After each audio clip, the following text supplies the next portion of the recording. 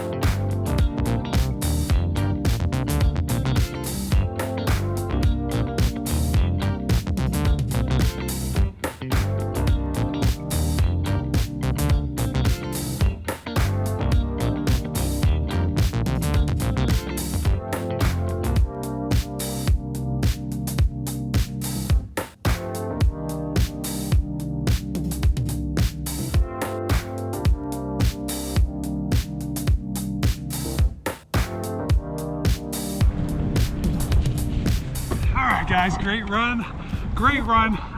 Okay, how far? 11.2 miles, or about 18 kilometers, an average pace of 8:08 a mile, or about 5:03 a kilometer. Okay, before we get home and we talk about preparation for my upcoming 50 miler, the next couple seconds is going to be in the style of another famous run vlogger.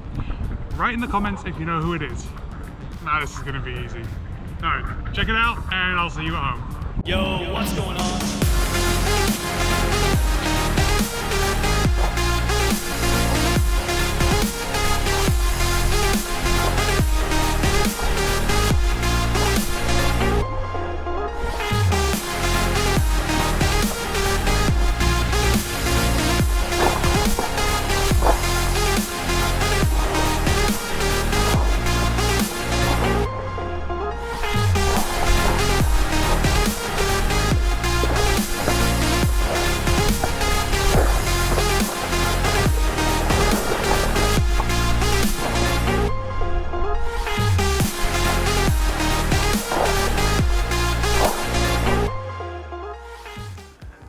All right, that was a lot of fun. Of course, you all know that is Kofuzi. You know, the music probably gave it away too. And Mike, if you're watching, I hope you think that imitation is the most sincere form of flattery, because I love your slow motion run shots through Lake Michigan. And I wanted to recreate it on my own little pond close to the house. But okay, moving on.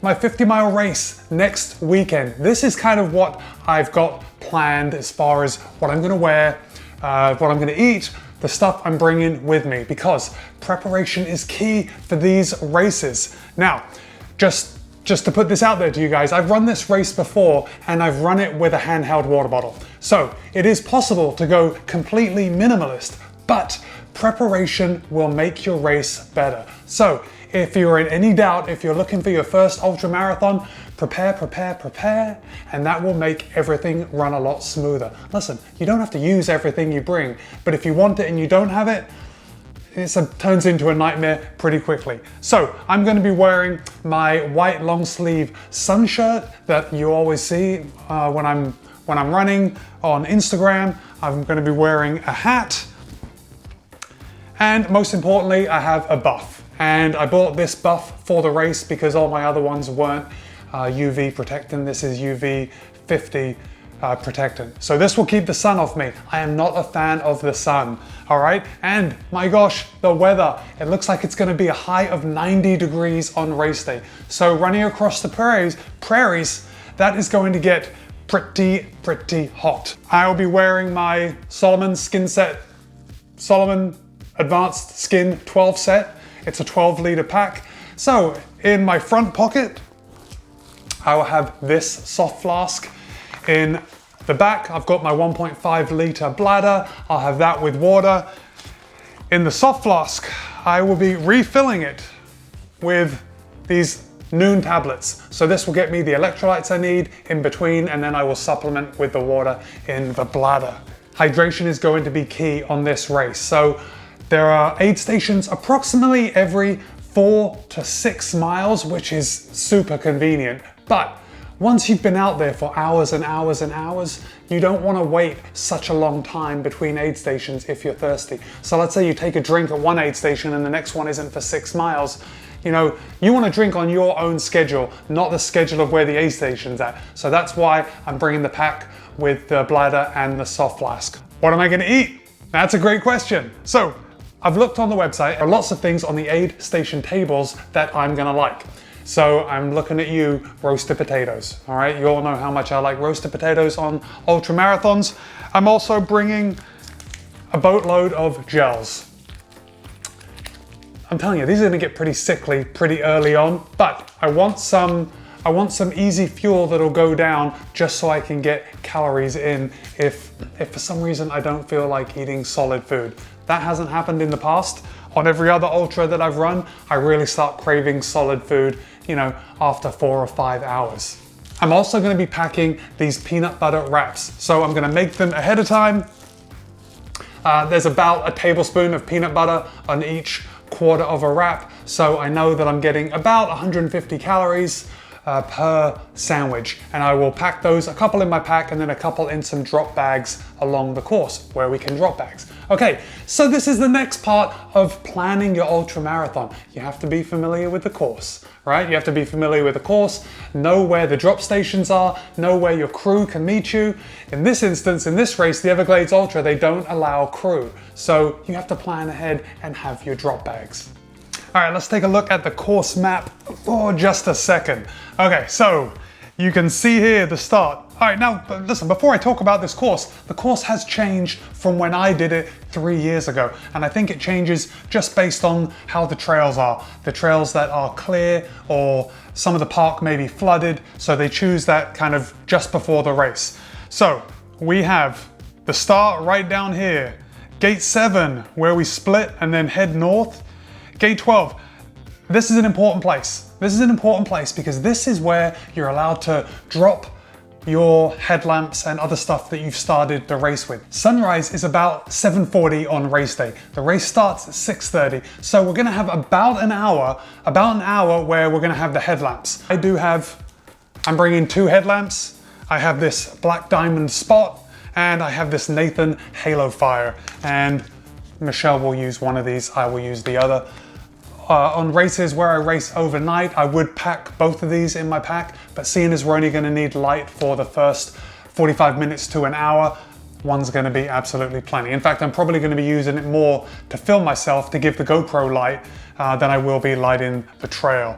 We can see up here by Ballard's cabin, this is the second aid station, but I don't plan on dropping anything at that aid station. Gate 19 is where I'm gonna have a drop bag. So this is a good time to tell you about what I'm gonna do for my drop bag. So this is a little hack. You know these little shoe bags that you get with, I don't know, you get them with shoes, you get them with races sometimes and they all pile up. These are like the perfect drop bags to use for your ultra races. So what I do is I usually get duct tape, put it on the bag, and then I put my name, I'll put my race number when I find out what the race number is gonna be, and then the location of the drop bag, where it's going. So in this case, it's going to gate 19. Before I talk about the drop bag, I will be wearing these Nike Wild Horse 3s for my race, and then I will be packing a pair of old Nike Zoom Flies, and I'm gonna be throwing those in the bag just in case I feel like changing my shoes. a lot of times your feet get pretty tired, and just changing your shoes can invigorate you and just make you feel better about finishing the rest of the race. So if my feet are feeling pretty bad, I'll change shoes at gate 19 and I will run the rest in the road shoes that I've got. So they say that this race, it is possible to run it. It's 100% trails, but it is possible to run it in road shoes.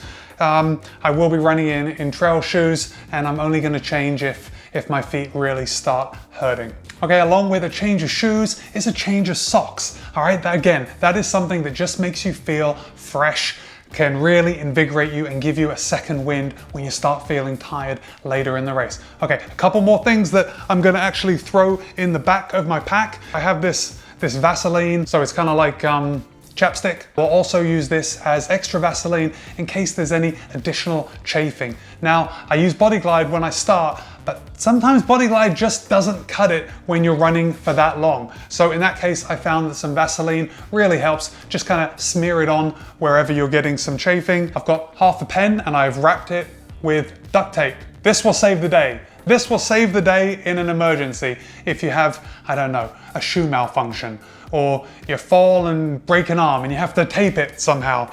Not quite as durable as duct tape is this waterproof adhesive tape. I'll also pack that just in case I cut myself and I have to kind of form a bandage. I'll throw that in there. This is also good for wrapping my toes. If I start to get blisters, I can just wrap this super thin tape around my toes and it kind of prevents any more chafing and blistering.